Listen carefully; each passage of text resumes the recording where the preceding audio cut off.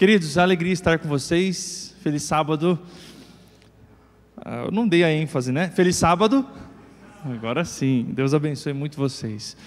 Espero que nessa manhã a gente possa continuar crescendo juntos, aprendendo juntos e pedindo a graça, a bondade de Deus no nosso meio. Quero convidar você para a gente orar, podemos? Querido e amado Deus, muito obrigado, Senhor, pelas ricas bênçãos que o Senhor tem derramado sobre nós. Nos deixe, meu Deus, sempre a certeza de que estamos sendo guiados e direcionados por um Deus poderoso que não erra.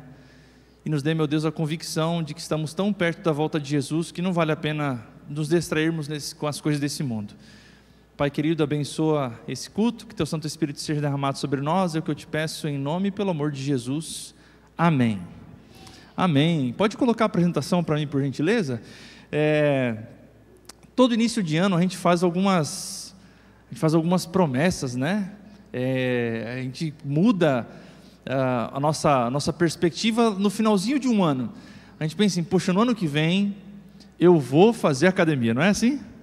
Já fez essa promessa? Eu vou entrar, ano que vem eu vou largar o refrigerante, vai dar certo. Ano que vem eu vou começar um novo processo na minha vida.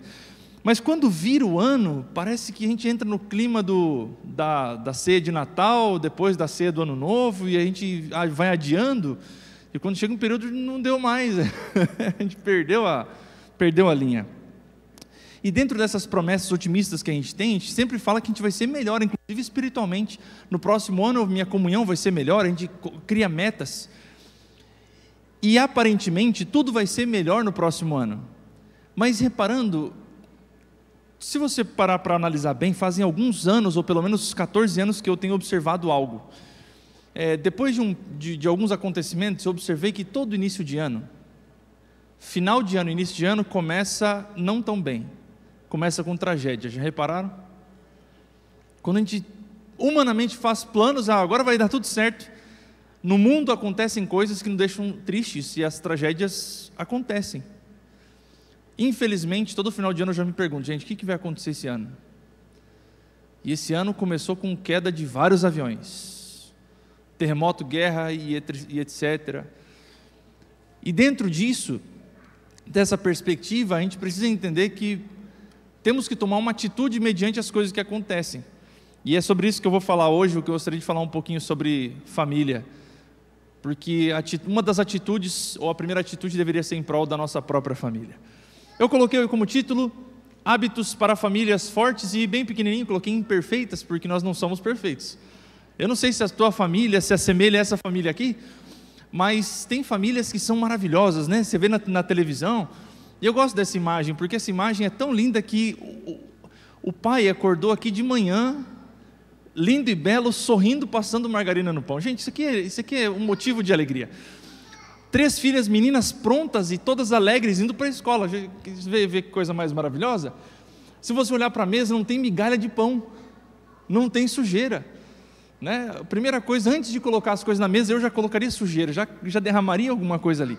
Mas está tudo tão lindo, está perfeito, né? Já tem a mamadeira aqui de suco da menina, a mãe também está alegre, já arrumada, 7 da manhã, isso é maravilhoso. Mas na nossa família, eu acho que não é assim, pelo menos na minha não é, e Deus seja louvado se a sua for assim. Hoje eu vou mostrar aqui pelo menos 4 passos, ou melhor, 6 passos, para que, o objetivo não é falar todos os passos possíveis, mas pelo menos 6 passos, ou 6 pilares essenciais, para que a gente tenha uma família mais forte espiritualmente falando. E eu gostaria que você pudesse vir comigo e abrir sua Bíblia em Marcos capítulo 1 e no verso 35.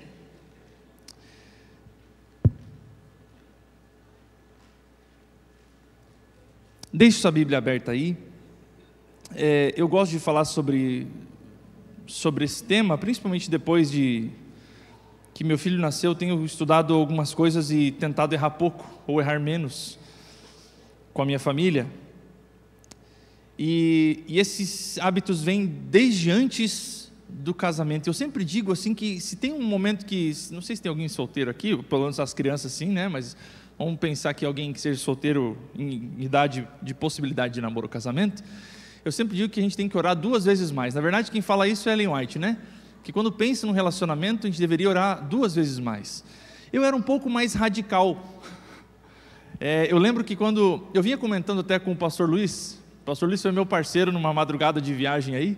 Ele veio, a função dele não me deixar com sono, então ele veio conversando a estrada inteira e ele não dormiu. De manhã eu percebi que ele estava assim, não aguento mais, mas está tudo certo. Eu vinha falando para ele que quando eu estava namorando, eu decidi casar e eu comecei a fazer uma oração para Deus. Esse não é um modelo, não deveria ser seguido, que eu vou falar aqui agora. Mas eu lembro que a minha oração era muito sincera e partia sinceramente do meu coração. Eu falei, Deus, não é modelo. Eu falo assim, Deus, eu estou indo, estou preparando para casar. Estou preparando para casar com essa moça aqui. Agora, se não for, eu quero um sinal tão claro que eu não vou ter dúvida. E eu vou dar o sinal para o Senhor, já esse é o sinal. Eu falei, Deus, eu quero sofrer um acidente e quero quebrar as 2 pernas. Esse é o sinal. Porque na minha lógica fazia sentido. Eu pensei, gente, eu falei para Deus, não deixa nenhuma sequela nem nada, assim, mas só... Porque na minha cabeça, 1 mês de gesso estava bom. Agora, se eu casar errado, o problema é muito maior. Então eu era radical com Deus. Falei assim, Deus, toma por esse sinal aí. Pela bondade dele eu não quebrei nada. Estou casado, está tudo certo. Deus foi muito bom comigo. Mas a família é algo extremamente importante. E o primeiro passo que nós precisamos ter dentro da nossa casa para que nós tenhamos uma família forte espiritual é a nossa comunhão pessoal. Marcos 1,35 fala do segredo que Cristo tinha. Quem pode ler para mim, por gentileza? Pode ler alto. Marcos 1, verso 35. Alguém para ler para mim?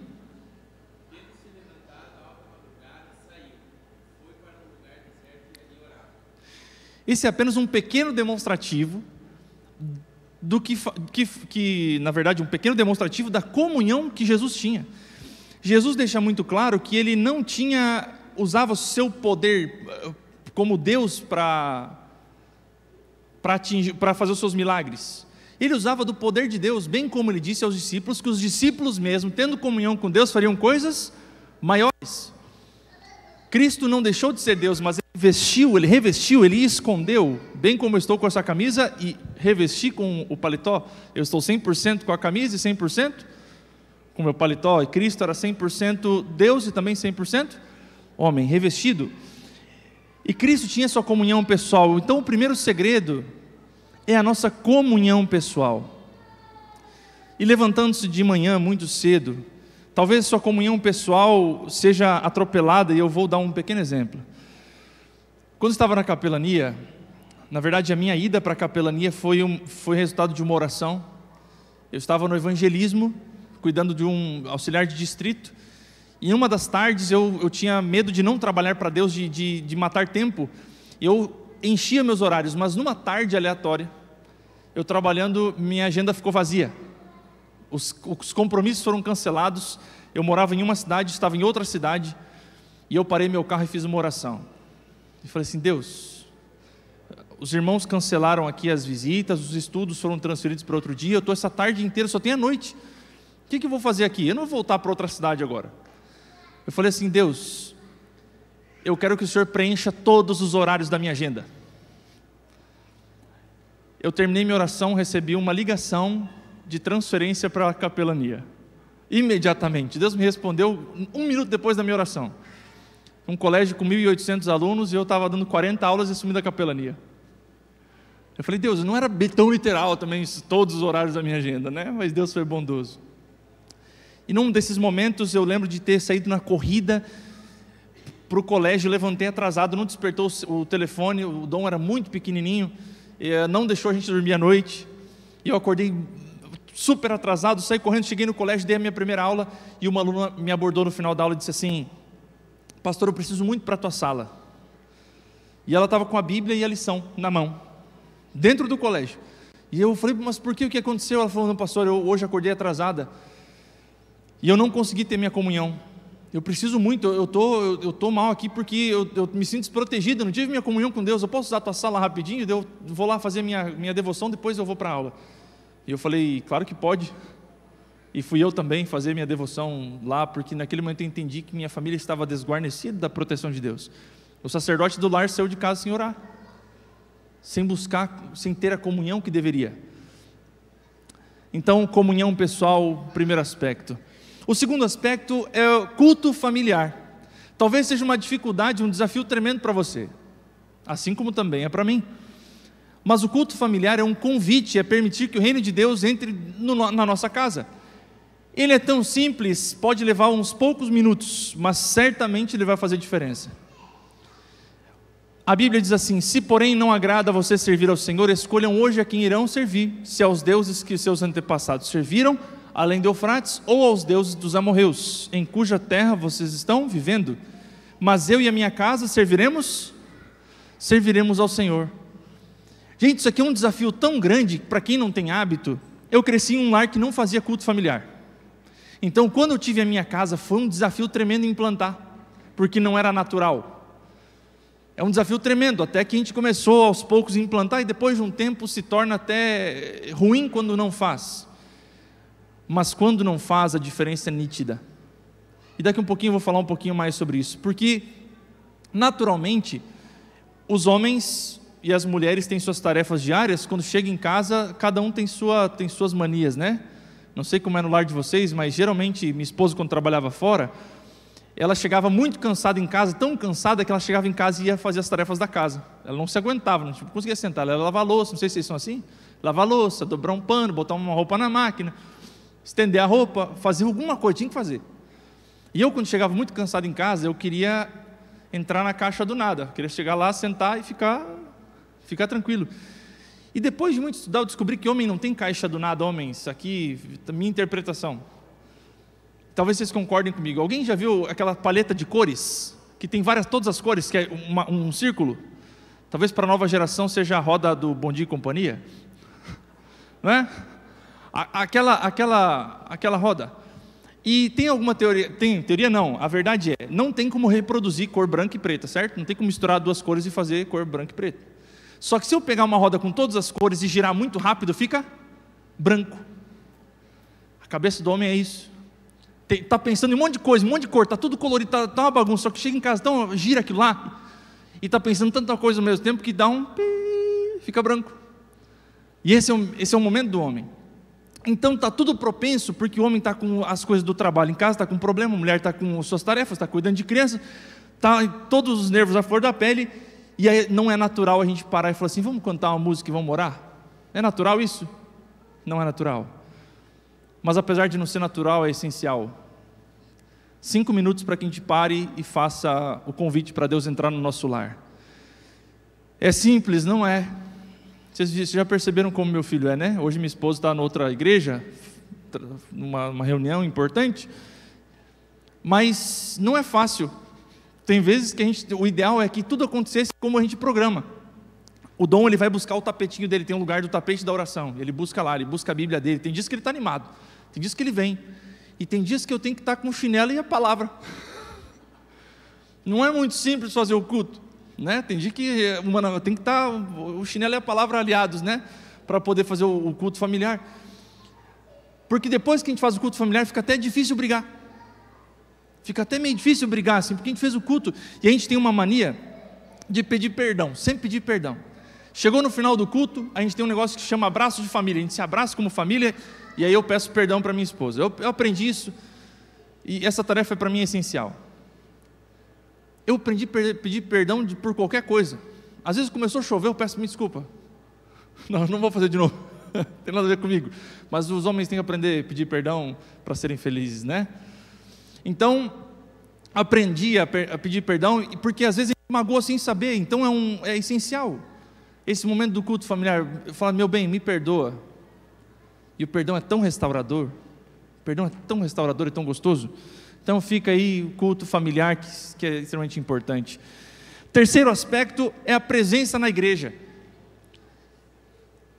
A Bíblia diz o seguinte: não deixemos de congregar, como é costume de alguns, antes façamos admoestações, preparo, e tanto mais quando vedes que o dia se aproxima.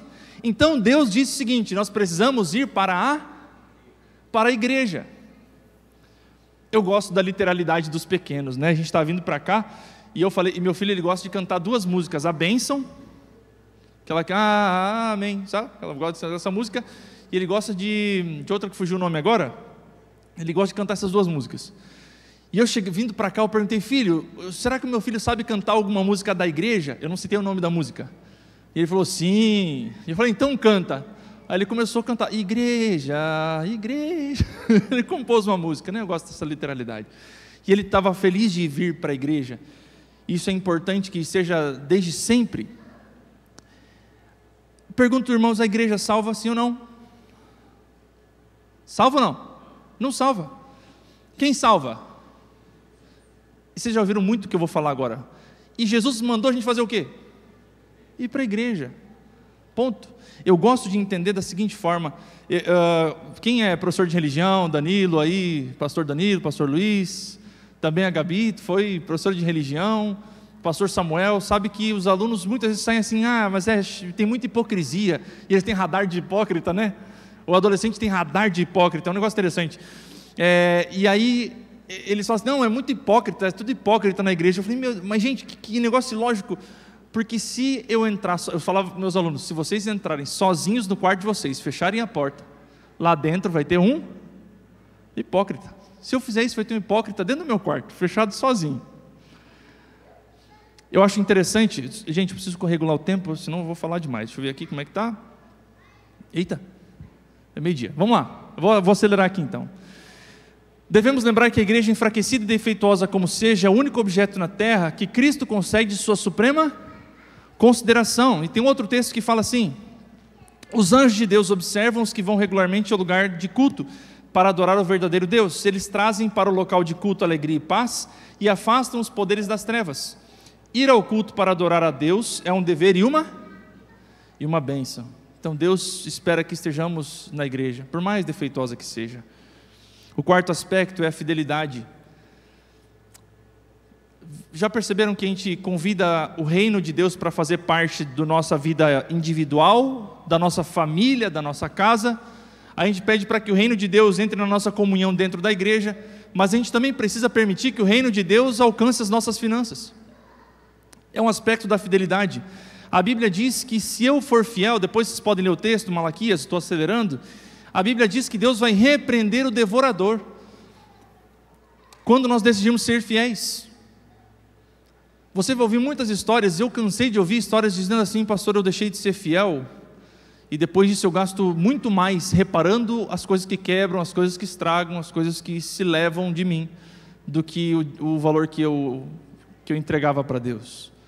Porque Deus disse, e nós temos que confiar, Deus falou: olha, se vocês forem fiéis, suas colheitas serão fartas, protegerei das pragas, ou repreenderei o devorador, como dizem algumas versões. Então a fidelidade precisa ser importantíssima. Nós tínhamos o hábito de, inclusive, as notas mais bonitas, quando a gente devolvia em dinheiro ainda, agora é Pix, né?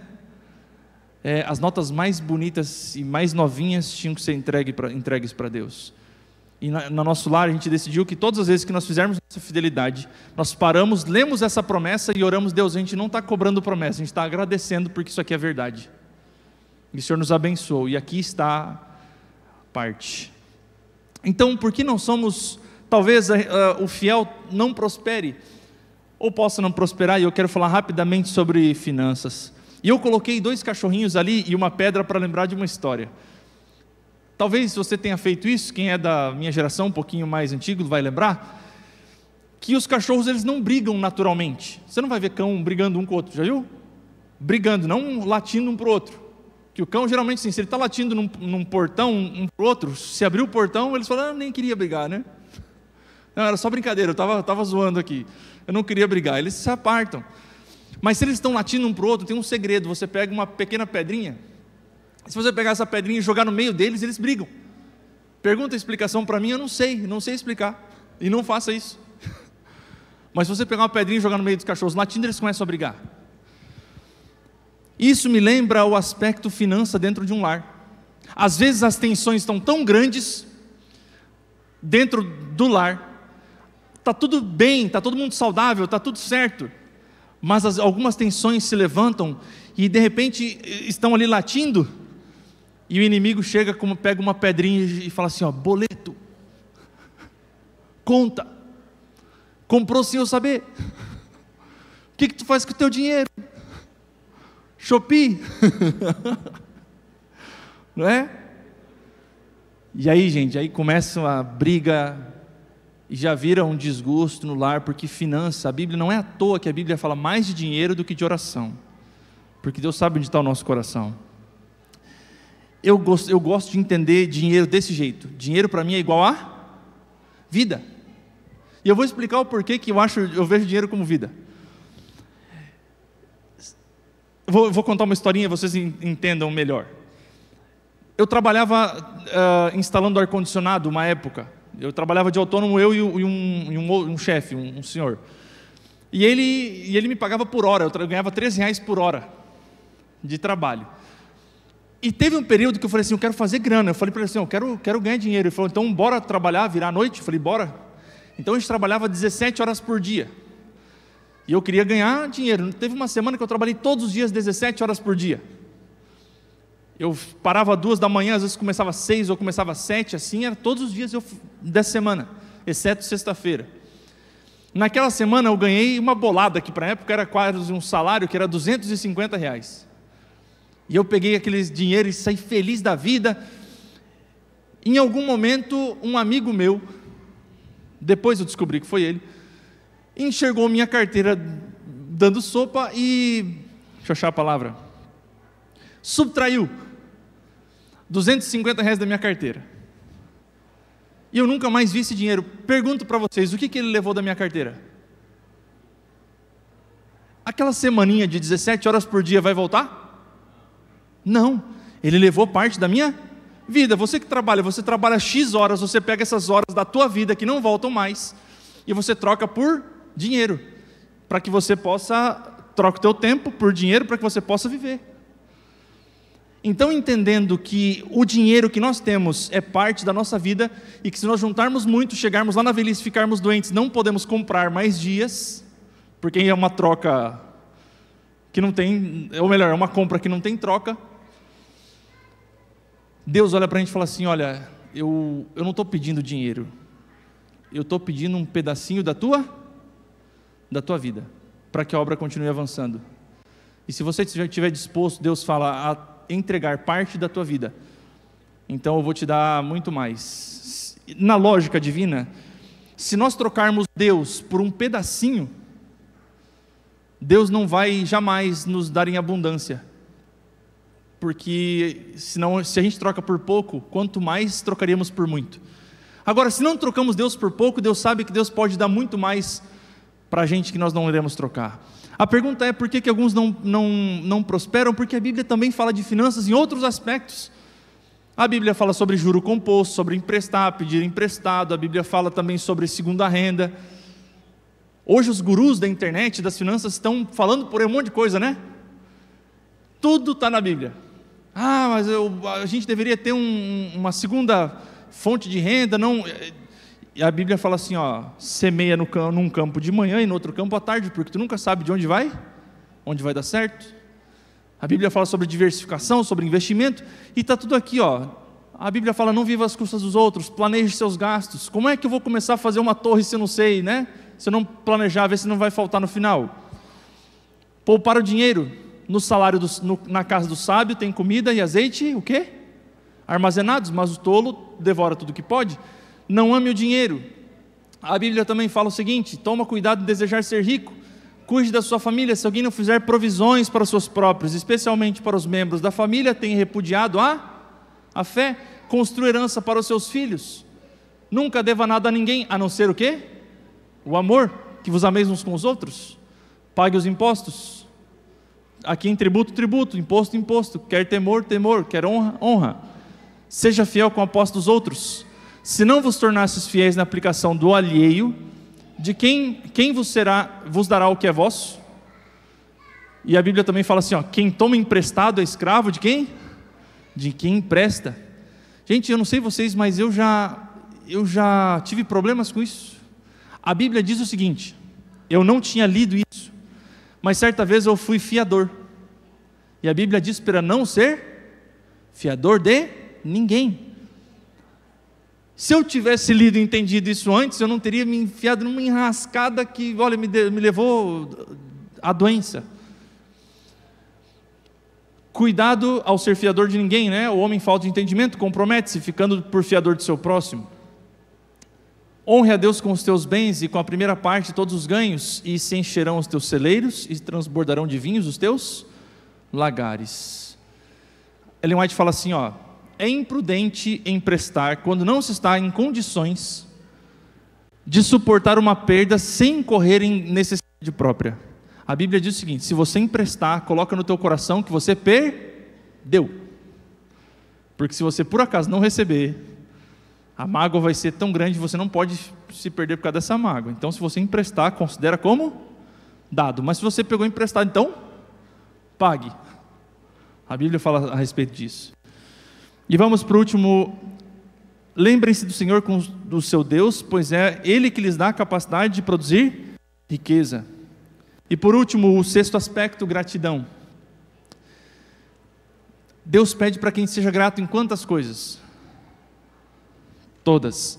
Você vai lembrar, eu li uma meditação do ano passado, perto dos, talvez dia 18 de dezembro, e nessa meditação tinha uma história, se você leu você vai lembrar, tinha a história de um pai de família que estava muito necessitado, não tinha comida, ele estava meses desempregado, não tinha comida, não tinha como comprar o brinquedo e dar um Natal digno para a família. Então ele escreveu uma carta e, num jogo de tentativa, ele escreveu uma carta assim: Deus, eu só quero R$100, me ajuda para eu pelo menos comprar uma comidinha diferente, comprar um brinquedinho para os meus filhos, só isso. E ele escreveu essa carta, colocou o remetente Deus, enviou para o correio. Os funcionários do correio viram aquela carta, se compadeceram, abriram e leram, e fizeram uma vaquinha. Cada um deu R$2, outro deu 5, outro deu 10, outro deu 20, e eles conseguiram espremer tudo e juntar R$70.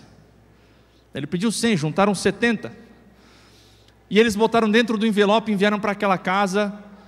Meses depois, aquele homem ainda sem emprego, ele resolve escrever uma segunda carta para Deus, e ele escreve assim: Deus, muito obrigado, porque naquele Natal o Senhor atendeu minha oração, e eu vou ter que fazer um novo pedido, eu preciso de R$100, porque eu preciso agora para Páscoa. Então, só que eu vou fazer um outro pedido, Senhor, manda agora por Pix. Manda por Pix, porque da última vez o pessoal do correio tirou 30. Pegou 30 da minha carta aqui. Então você vê, a ingratidão, por faltar informação, gera uma ingratidão da parte da gente às vezes. Um lar que não tem gratidão, já viu pessoa sempre murmurando, sempre... Às vezes está tudo certo, mas pegou um aspecto e faz daquele aspecto um terror, mas quando olha para o geral está tudo bem. E Deus fala: em tudo dai graças. Se o marido está sempre reclamando, a alegria do lar vai embora. Se a mulher está sempre reclamando, a alegria do lar vai embora.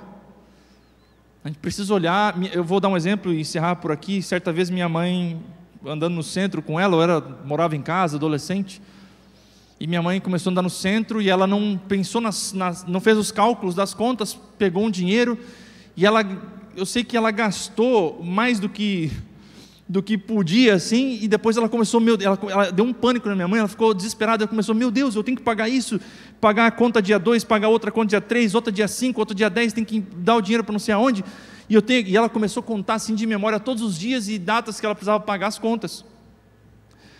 E eu falei: mãe, para com isso de ficar desesperada, a senhora tem que ser grata, tem que agradecer. Ela agradecer por quê? Porque a senhora tem uma boa memória.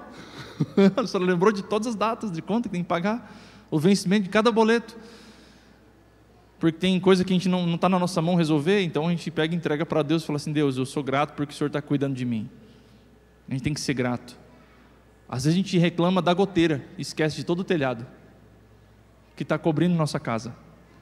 Às vezes aquela goteira vira um transtorno, a gente passa focado na goteira, quando na verdade a gente está esquecendo de agradecer por todo o resto do telhado que está ali. Então, o sexto aspecto, gratidão. Recapitulando em alguns segundos.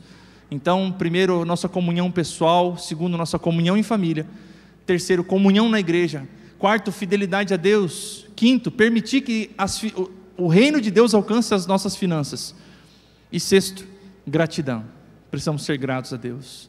Esses são os passos para que a gente consagre nossa vida e nossa casa ao Senhor, para que o ano de 2025 não seja pautado nas ingratidões ou naquilo que vai nos causar problema, vai nos causar briga, mas para que a gente possa lembrar que precisamos convidar Deus para permanecer e entrar em cada área da nossa vida, em cada momento da nossa história, cumprindo a parte do Pai Nosso que diz assim: venha a nós o vosso reino, que o reino de Cristo possa entrar no meu lar e no teu lar também, que nos preparemos para a breve volta de Jesus, que até Jesus voltar, seja o quando logo for, seja um pouquinho depois, que nós estejamos preparados junto com nossa família para vermos Jesus voltar.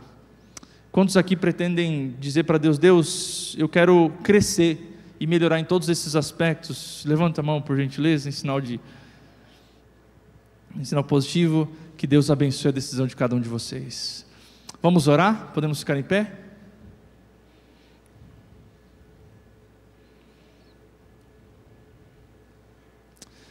Oremos.